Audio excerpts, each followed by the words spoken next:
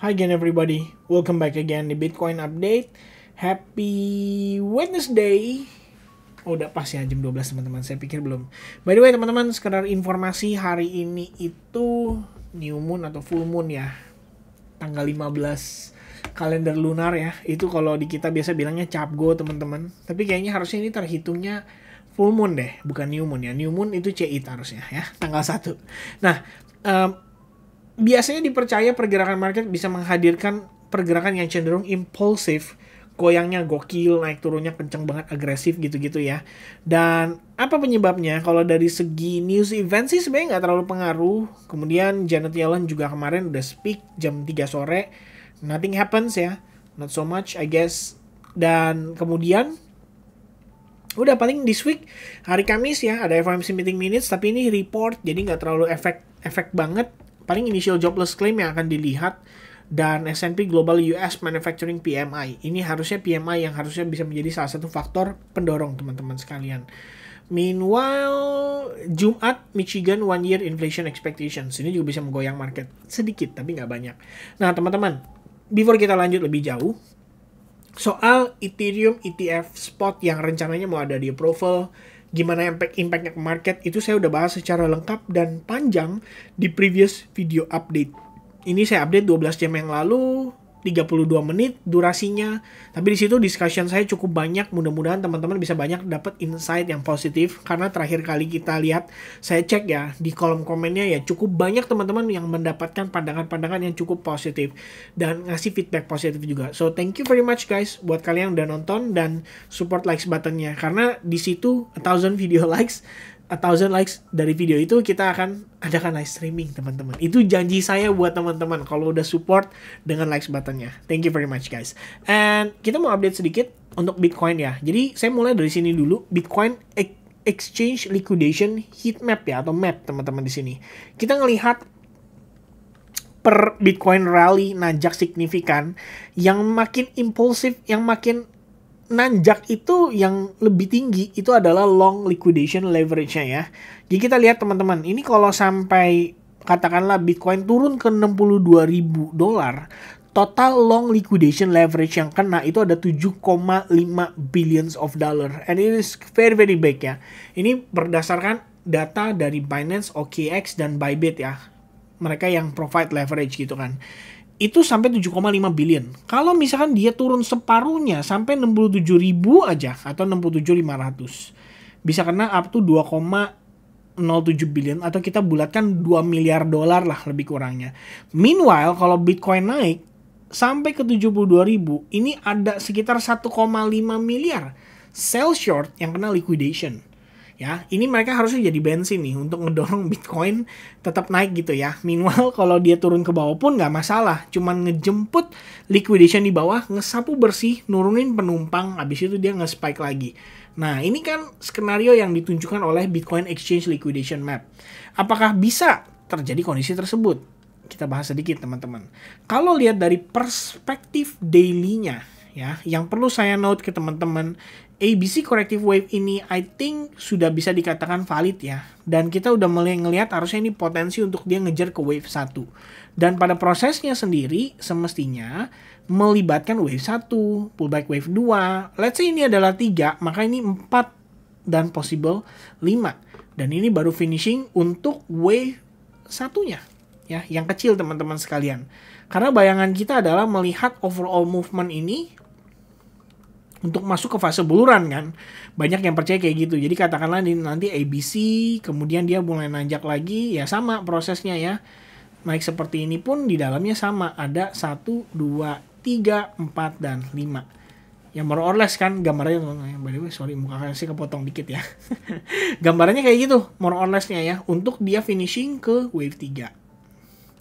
Ya katakanlah seperti ini gitu kan. Nah you get the idea ya more or less-nya. Tapi saya nggak mau projection dulu atau nggak mau prediksi dulu. Itu ya kita bilangnya kalau misalkan ini dia berhasil dulu deh, istilahnya retracement-nya kayak gimana, kita lihat dulu kan prosesnya seperti apa. For now di sini kita bisa bilang sebagai inverse fair value gap. Apa reasonnya? Karena previously kan ini adalah fair value gap. Harusnya kita bisa dapetin reaction di situ, tapi karena kemarin didukung oleh sentimen yang sangat positif gara-gara ETF Ethereum yang 75% katanya akan di-approve pada tanggal 23 untuk FANAC. Itu kelihatannya juga memberikan impact yang positif terhadap Bitcoin. Walaupun di saat yang bersamaan, Bitcoin dominance mengalami rejection yang sangat signifikan, and it means ya very very good setup lah, atau very good situation buat altcoins ya. Ya walaupun Bitcoinnya harus mengalami retracement, kelihatannya nggak terlalu berpengaruh. Karena sebenarnya di saat yang sama, Ethereum dominance-nya juga lagi menguat impulsif. Signifikan banget. Ini sebenarnya masih sejalan loh dengan analisis kita yang di Ethereum update ya. Yang di sini teman-teman. Jadi per dia dapat reaction dari, ya bisa dibilang dari area Fibonacci ya kan 62%, kemudian dia juga testing terhadap VWAP. Apalagi sekarang kalau kita ngelihat ya weekly, ini udah lagi daily dah, jangan weekly dulu. Daily-nya aja dia udah bagus ya. Ongoing breakout dari SNR ini, which is ini very very good teman-teman sekalian ya. Kalau dia bisa closing daily di sini, berarti sementara market akan didominasi oleh Ethereum, dan Ethereum harusnya akan menularkan pergerakan ini ke altcoins yang lain juga. Sebab hari ini kalau kita lihat, Bitcoin itu udah retracement sekitar 2,3%, Ethereum malah hijau sekitar 2%, BNB naik sekitar 3%, dan Cardano atau XRP itu naik ya. XRP 1,3%, Cardano steady di situ-situ aja.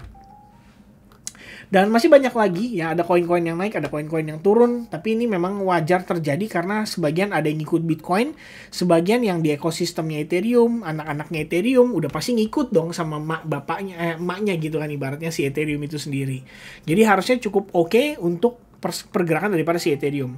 Nah, meanwhile untuk saat ini inverse fair value gap ini, apakah dia bisa menghadirkan liquidity? Jadi kalau kita balik lagi di sini guys, ini kan tadi udah lihat ya, sekitar 67.500 itu ada 2 miliar dolar yang akan terkena likuidasi. 67.500 itu tepat dia di bawah area inverse fair value gapnya sedikit. Dan kalau kita lihat analisisnya seperti ini more or less. Ini adalah inverse fair value gap dari perspektif time frame daily ya. Jadi saya boleh bawa ke samping seperti ini. Nah, that's gonna be your inverse fair value gap. Sebelumnya itu ada high point kan, previous high point di sini, yaitu tepat di kisaran 67.500 dollar. Ya, worst case scenario kita pullback lumayan lah, mungkin takes time berproses sampai 67.500 baru di situ dapat reaction. Karena di level yang sama lebih kurangnya harusnya bisa dikonsider sebagai order block atau breaker block.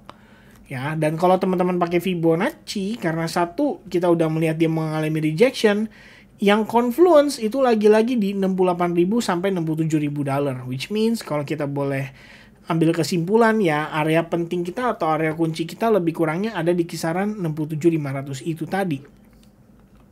Ya, itu berdasarkan previous high point dan juga inverse fair value gap time frame daily, ditambah sebenarnya kalau kita ngelihat dari pergerakan internalnya juga deh.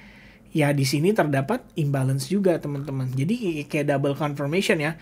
Kita ngelihat dia naik, boom, impulsif, ya kan. Per kondisi di sini kalian bisa lihat terbentuk satu candle bird di sini, and then boom, candle impulsif, dan kita lihat next candle-nya low point-nya itu nggak ketemu dengan high point sebelumnya. That's what we call as imbalance teman-teman.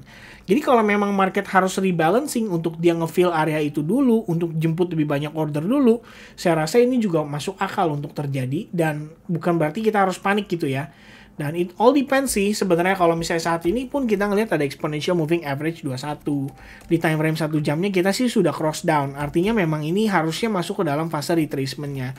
Meanwhile kalau di 4H, let's say dia retrace sampai sejauh-jauhnya di EMA21 terus dia mantul lagi, itu saya juga nggak heran teman-teman sekalian ya. Wajar sekali untuk itu terjadi.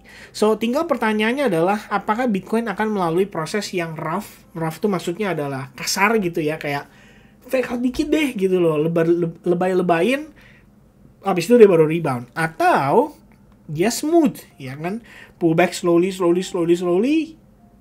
katakanlah seperti ini teman-teman, nanti dia naik tipis, pullback lagi slowly, habis itu dia langsung dapat reaction positif, boom. Nah ini best case scenario.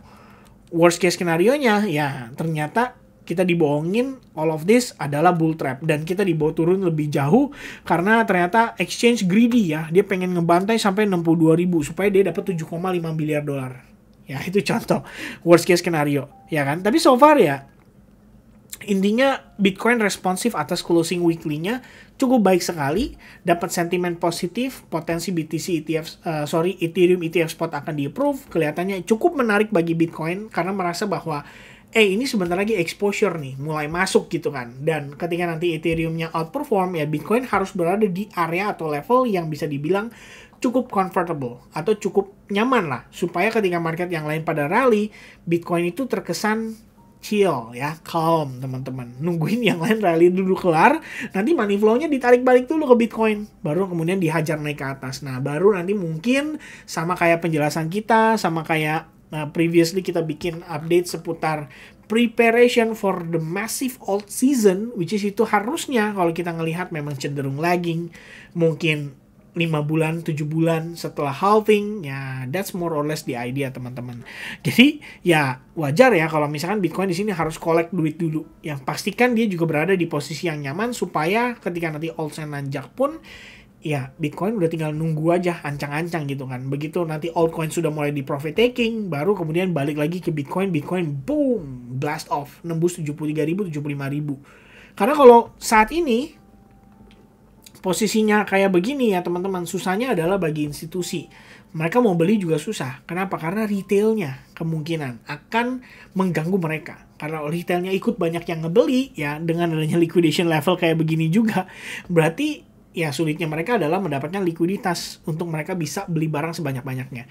Kira-kira seperti itu. Oke? So for now teman-teman, not much to say. Kita ngelihat Bitcoin intinya on track for the bullish momentum, for the bullish rally. Ya tinggal kita menunggu saja ya sampai the real bull run itu benar-benar terrealisasi.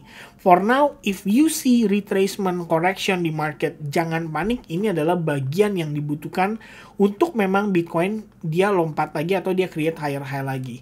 Ya ingat teman-teman, yang namanya uptrend ada yang namanya higher high dan higher low. Ya, sekarang kita udah ada higher high-nya nih. Udah terbentuk. Tinggal pertanyaannya adalah higher low-nya sejauh mana gitu kan.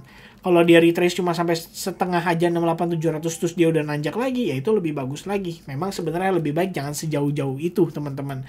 Supaya kita mengerti bahwa trennya itu benar-benar masih kuat. Kira-kira seperti itu.